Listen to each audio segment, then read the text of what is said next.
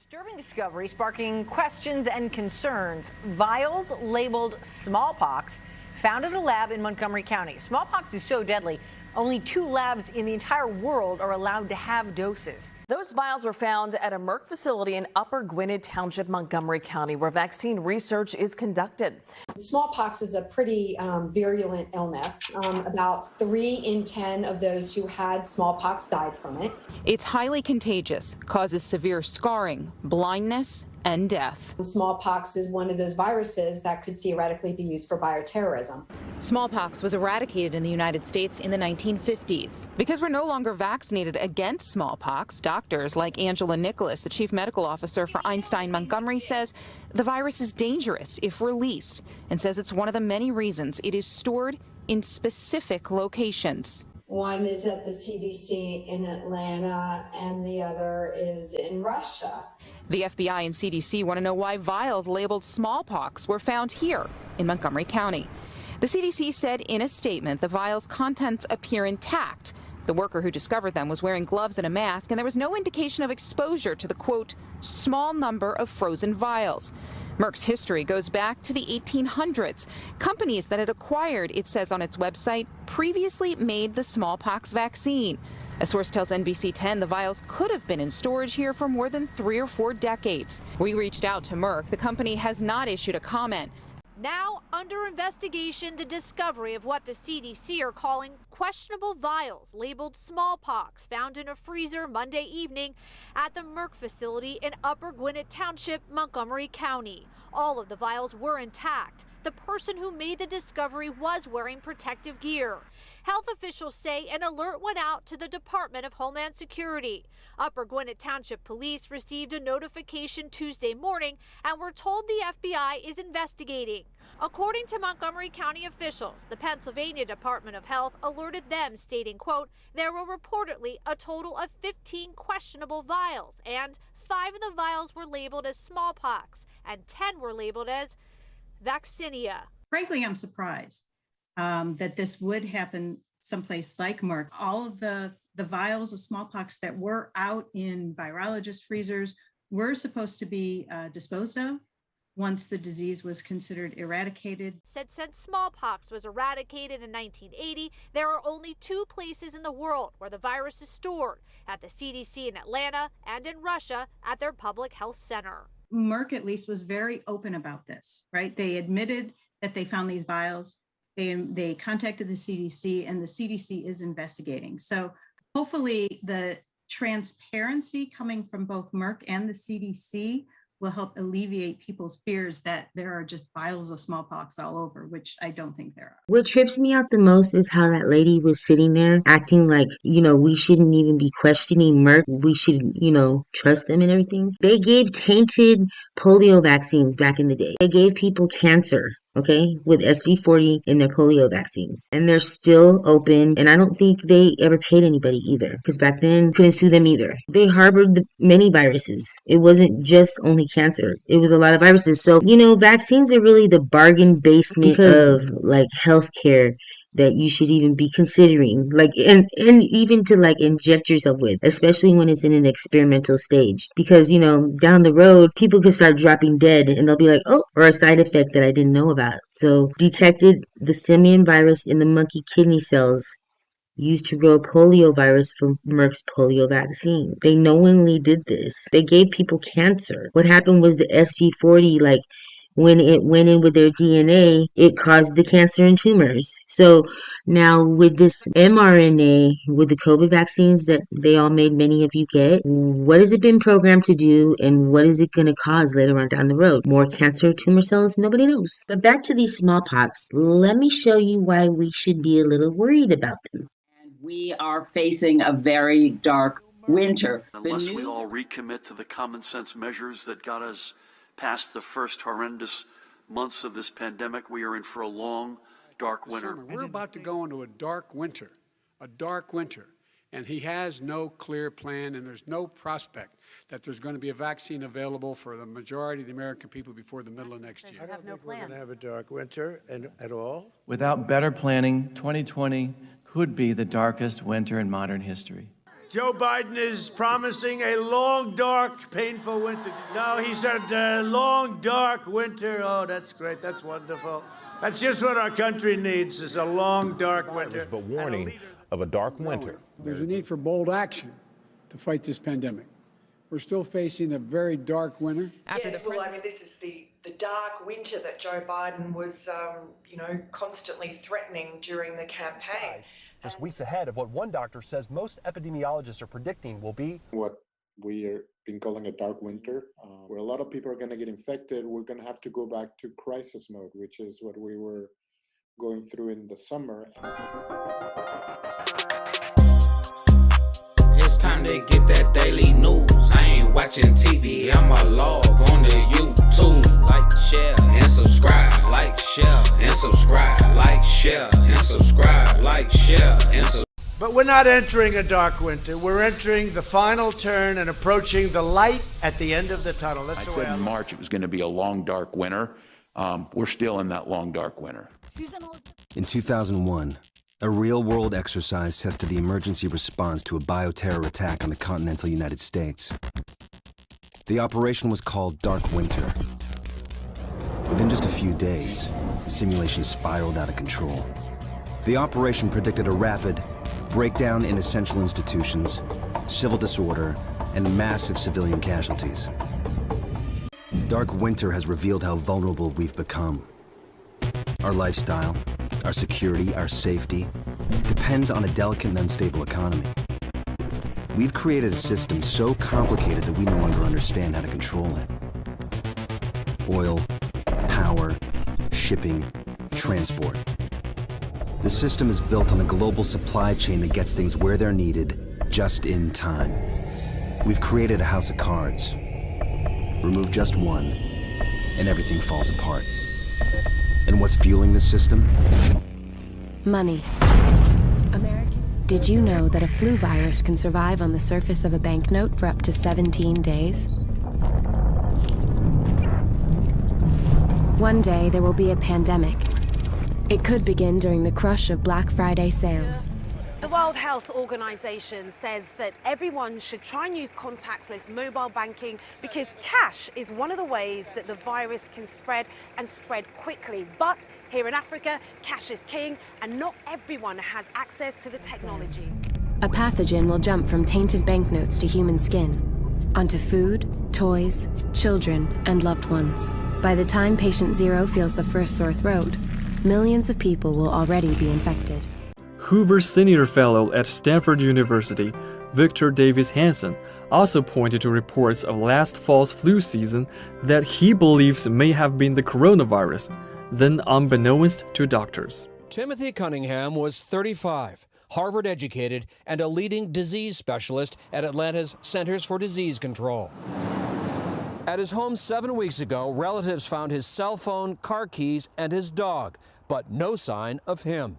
Until now. The body was found along the bank of the river, and it was found face up.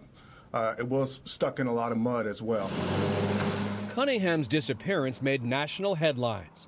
Police refuted social media conspiracy theories that the scientist had stolen a virus and fled. Coworkers said on February 12th he was passed over for a new job at the CDC, left work upset, and vanished. Flyers, search teams, and a $15,000 reward produced nothing. On Tuesday night, fishermen spotted a body partially submerged in the Chattahoochee River.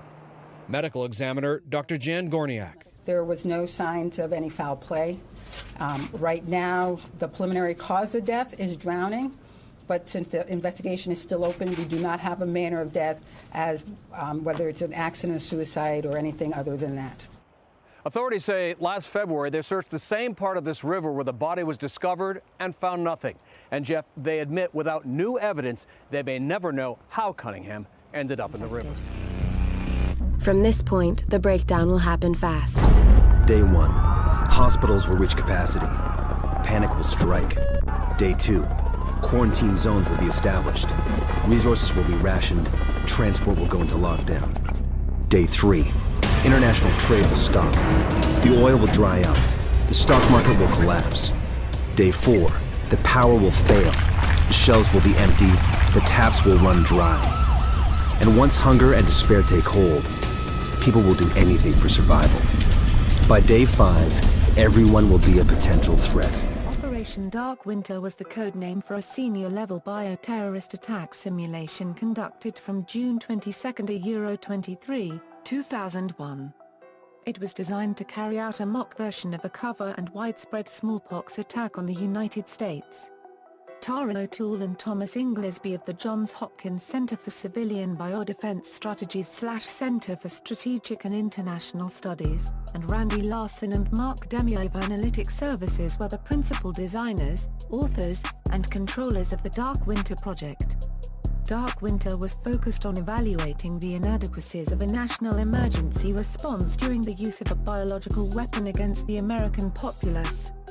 The exercise was solely intended to establish preventive measures and response strategies by increasing governmental and public awareness of the magnitude and potential of such a threat posed by biological weapons. Dark Winter's simulated scenario involved an initial localized smallpox attack on Oklahoma City, Oklahoma, with additional smallpox attack cases in Georgia and Pennsylvania. The simulation was then designed to spiral out of control.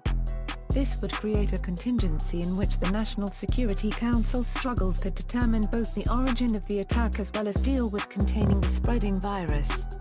By not being able to keep pace with the disease's rate of spread, a new catastrophic contingency emerges in which massive civilian casualties would overwhelm America's emergency response capabilities.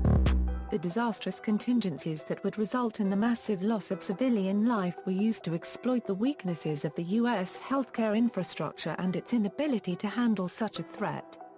The contingencies were also meant to address the widespread panic that would emerge and which would result in mass social breakdown and mob violence. Exploits would also include the many difficulties that the media would face when providing American citizens with the necessary information regarding safety procedures. Summary of findings: according to UPMC's Center for Health Security, Dark Winter outlined several key findings with respect to the United States healthcare system's ability to respond to a localized bioterrorism event. An attack on the United States with biological weapons could threaten vital national security interests. In addition to the possibility of massive civilian casualties, Dark Winter outlined a possible breakdown in essential institutions, resulting in a loss of confidence in government, followed by civil disorder, and a violation of democratic processes by authorities attempting to restore order. Shortages of vaccines and other drugs affected the response available to contain the epidemic, as well as the ability of political leaders to offer reassurance to the American people.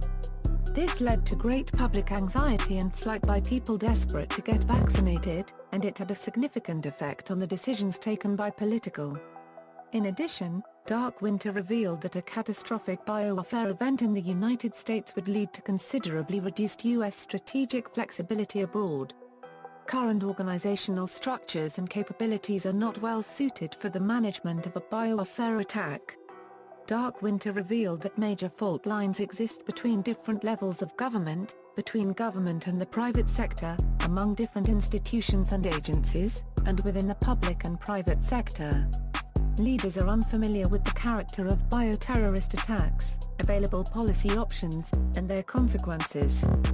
Federal and state priorities may be unclear, differ, or conflict. Authorities may be uncertain, and constitutional issues may arise. For example, state leaders wanted control of decisions regarding the imposition of disease containment measures, the closure of state borders to all traffic and transportation, and when or whether to close airports. Federal officials, on the other hand, argued that such issues were best decided on a national basis to ensure consistency and to give the president maximum control of military and public safety assets. Leaders in states most affected by smallpox wanted immediate access to smallpox vaccine for all citizens of their states, but the federal government had to balance these requests against military and other national priorities. State leaders were opposed to federalizing the National Guard, which they were relying on to support logistical and public supply needs, while a number of federal leaders argued that the National Guard should be federalized. There is no surge capability in the U.S. healthcare and public health systems, or in the pharmaceutical and vaccine industries. The exercise was designed to simulate a sudden and unexpected biowarfare event for which the United States healthcare system was unprepared.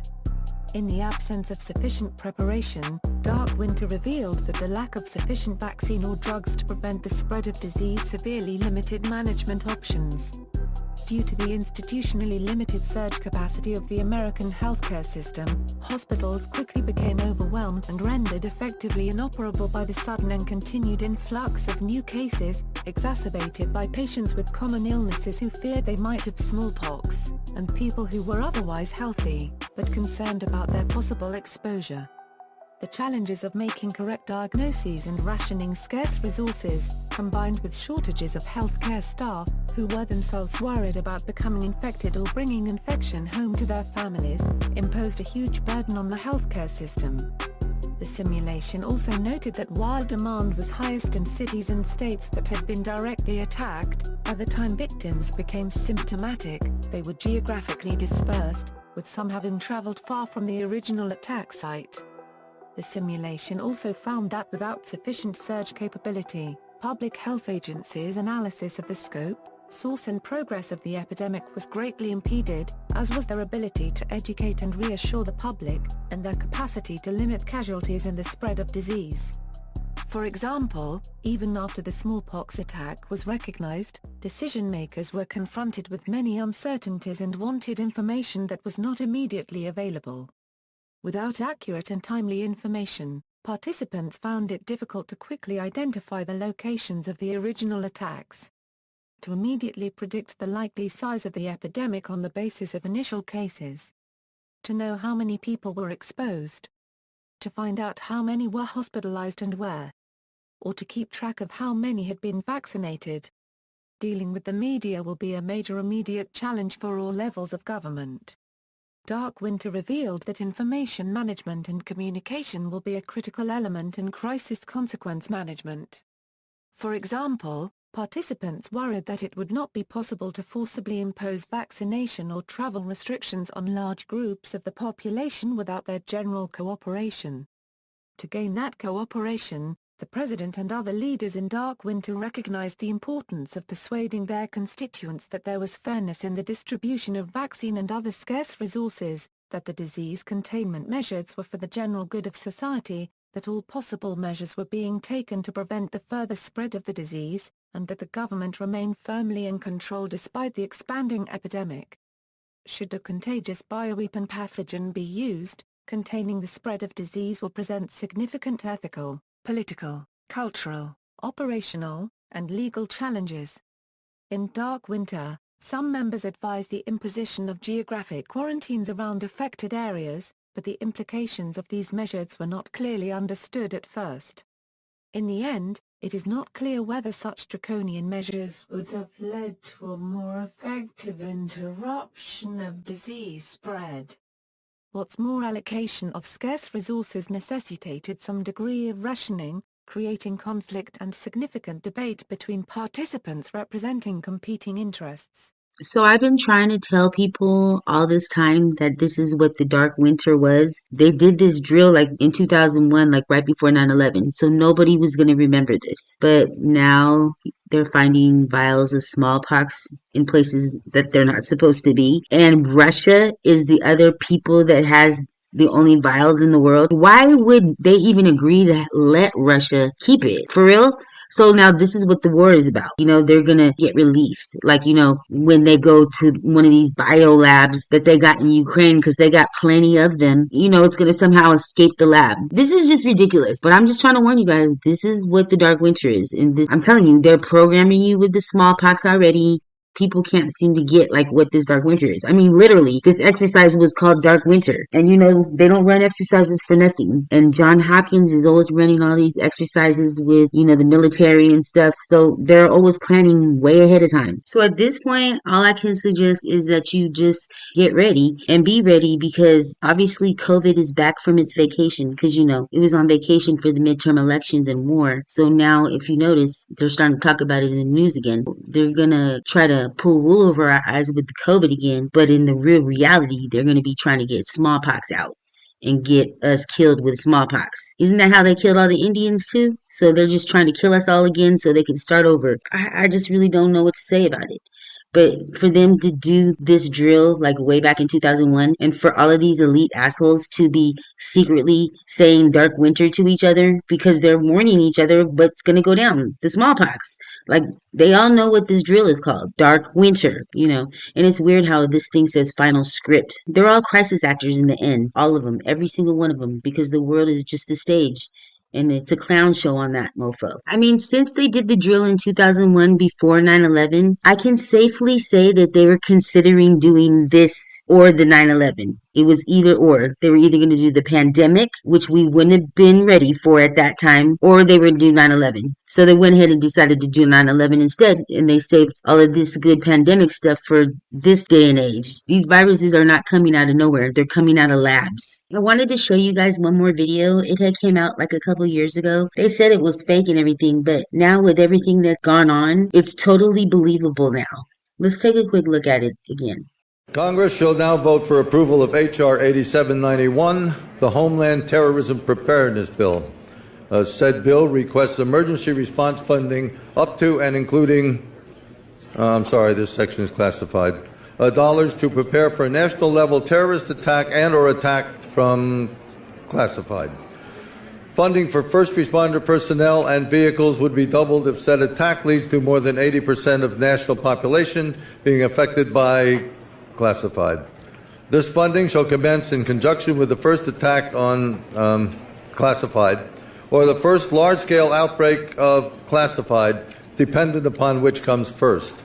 Civilian and military units shall be trained in containment and combat of classified, including irradiated classified, with possibility of classified airborne, classified flesh-eating, classified, and or all of the above in such event as classified spewing, classified escape, are released or otherwise become uncontrollable. Air Force units may also be directed to combat said classified due to their enormous size and otherworldly strength. Should event occur in urban areas,